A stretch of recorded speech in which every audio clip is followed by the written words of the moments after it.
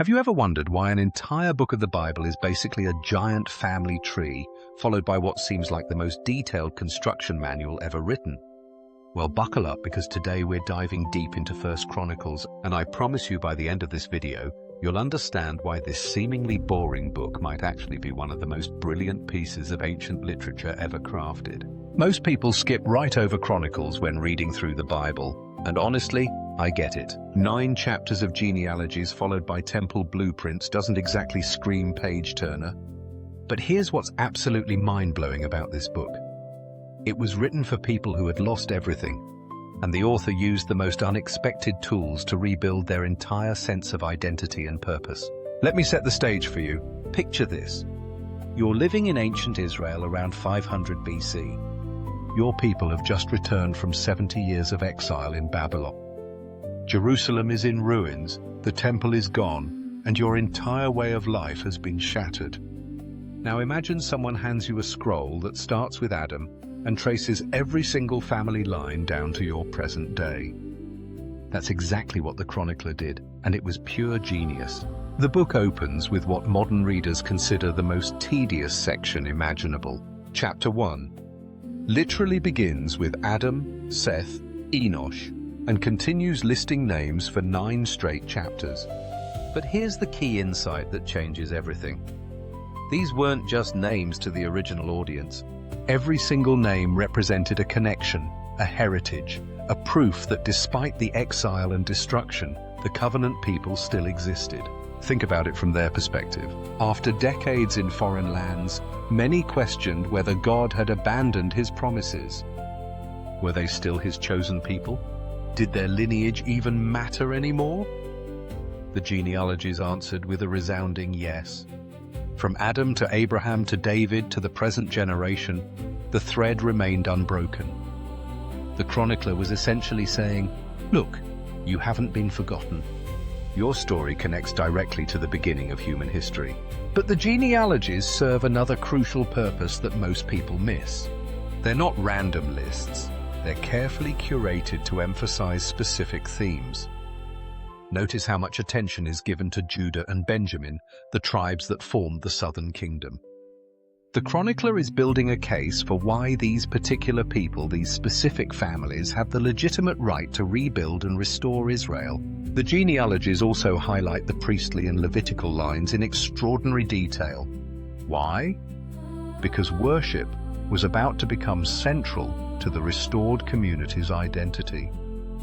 Without a king, without political independence, the temple and its services would become the focal point of Jewish life. The chronicler is laying the groundwork for this transition. Now here's where it gets really interesting. Starting in chapter 10, we get to the narrative sections, but notice what the author does. He completely skips Saul's reign except for his death. Why? Because Saul represents the old, failed way of doing things. The chronicler wants to focus on David as the template for proper leadership and worship. The David portrayed in Chronicles is fascinating because he's presented quite differently than in Samuel and Kings. Gone are most of the messy details about his adultery with Bathsheba, his family dysfunction, and his political struggles. Instead, David is presented as the ideal king whose primary achievement was establishing proper worship and preparing for the temple's construction. This isn't historical revisionism, it's purposeful emphasis.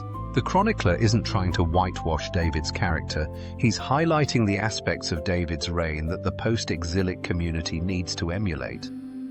David's heart for worship, his organizational skills, his passion for God's house, these are the qualities the rebuilding community desperately needs. The temple preparation narrative that dominates the middle section of the book serves multiple functions.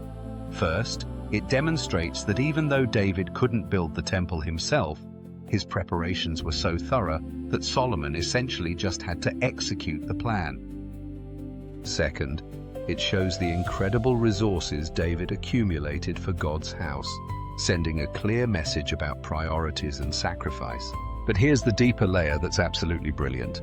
By spending so much time on temple preparations and later on temple service organization, the chronicler is creating a manual for the restored community. Remember, they're trying to rebuild not just physical structures, but an entire religious system. The detailed descriptions of duties, responsibilities, and procedures serve as a practical guide. The emphasis on music and worship throughout Chronicles is particularly significant. David is portrayed as not just a warrior king, but as a master worship leader who established choirs, appointed musicians, and created a system of praise that would continue for generations. For a community trying to restore their identity through worship, these examples become incredibly relevant. Solomon's reign gets significant coverage, but again, notice the selective focus. The chronicler emphasizes the temple construction and dedication, while minimizing Solomon's later failures. The temple dedication ceremony in particular receives extensive treatment because it represents the pinnacle of proper worship and God's blessing on his people. The books of Chronicles also introduce us to prophets and their messages that aren't found elsewhere in Scripture. These prophetic voices consistently deliver the same message. Faithfulness brings blessing. Unfaithfulness brings disaster. This isn't just historical reporting, it's a warning and encouragement to the post-exilic community. One of the most powerful aspects of Chronicles is how it reframes the monarchy period. Instead of focusing on political achievements or failures, the chronicler evaluates every king based on their relationship to the temple and proper worship. Kings who supported the temple and maintained proper religious practices are praised, while those who neglected or corrupted worship are condemned. This creates a completely different understanding of what makes a leader successful. It's not military conquest or economic prosperity that matters most. It's spiritual leadership and commitment to God's ways. For a community without political independence, this message is both comforting and challenging. The genealogies that seemed so boring at the beginning now make perfect sense in light of the entire book's message. They establish that the people have an unbroken connection to God's promises. The narrative sections show how those promises were fulfilled through David and Solomon.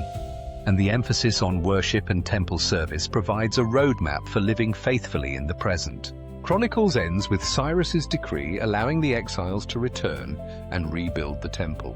This ending is incredibly significant because it connects the entire historical narrative to the present moment of the original readers.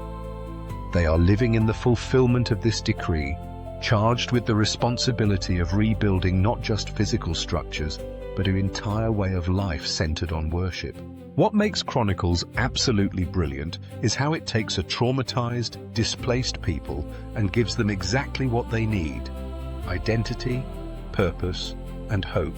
The genealogies provide identity by connecting them to their heritage. The emphasis on worship and temple service provides purpose by showing them how to live faithfully in their current circumstances. And the overall narrative provides hope by demonstrating that God keeps his promises even through judgment and exile.